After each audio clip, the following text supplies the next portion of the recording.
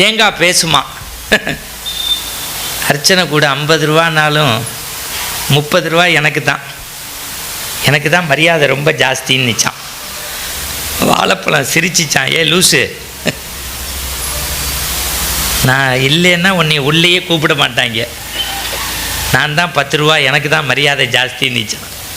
வெத்தலை பார்க்க சிரிச்சு அர்ச்சனையெல்லாம் பண்ணி முடித்தான்னு இந்த சிவாச்சாரியார் பக்கத்தில் இருக்க தண்ணியில் தேங்காவை நினச்சி ஒரு கல்லில் பொட்டேர்னு அடிச்சிருக்காரு.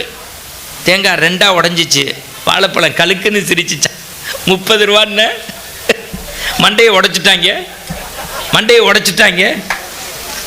எப்போ கோவிலுக்குள்ளே லேடிஸ் போனாலும் கேளுங்க, கிளம்பும் போது பையன்கிட்ட சொல்லுவாங்க, இந்த பாரு, நான் ஆடி கிருத்திகை கோவிலுக்கு போகிறேன், ஆடி கார்த்திகை கோவிலுக்கு போகிறேன், இன்றைக்கி சஷ்டி கோவிலுக்கு போகிறேன், 1 மணி நேரம் ஆகும், அரை மணி நேரம் சாமி கும்பிடுவேன், 1/2 மணி நேரம் ஊர் கதையெல்லாம் பேசுவேன், நீ வாயை மூடிக்கிட்டு சும்மா இருக்கணும், இங்கேயே தின்னுட்டு வந்துரு, அங்கே வந்து பசிங்காத.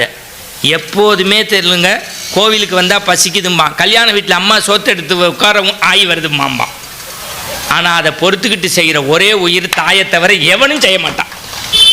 சத்தியமாக நீங்கள் உளவியலாக இதை சிந்திக்கணும். இந்த பையன் கோவிலுக்கு போனோன்னா அர்ச்சனை நடக்கிற வரைக்கும் பேசாமல் இருந்தான். அம்மா பசிக்குதுன்னா சிவாச்சாரியார் பார்த்துட்டாரு. குழந்தையும் தெய்வமும் ஒன்று. அர்ச்சனை முடிச்சிருச்சேன்னு தோலை உரித்து பழத்தை கொடுத்து சாப்பிட்றான்ட்டாரு.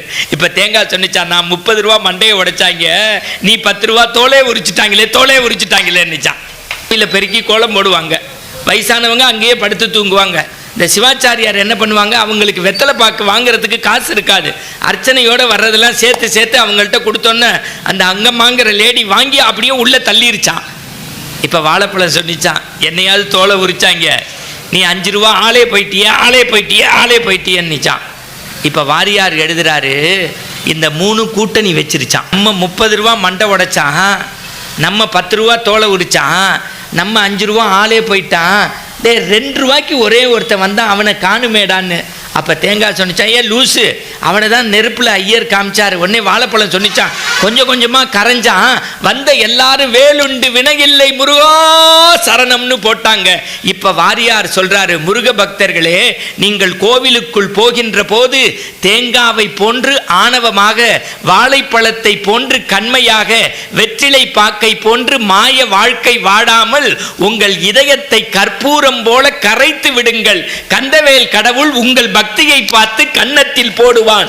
முருகா, நீங்கள் அவனை நோக்கி செல்ல வேண்டாம், அவன் உங்களை நாடி தேடி ஓடி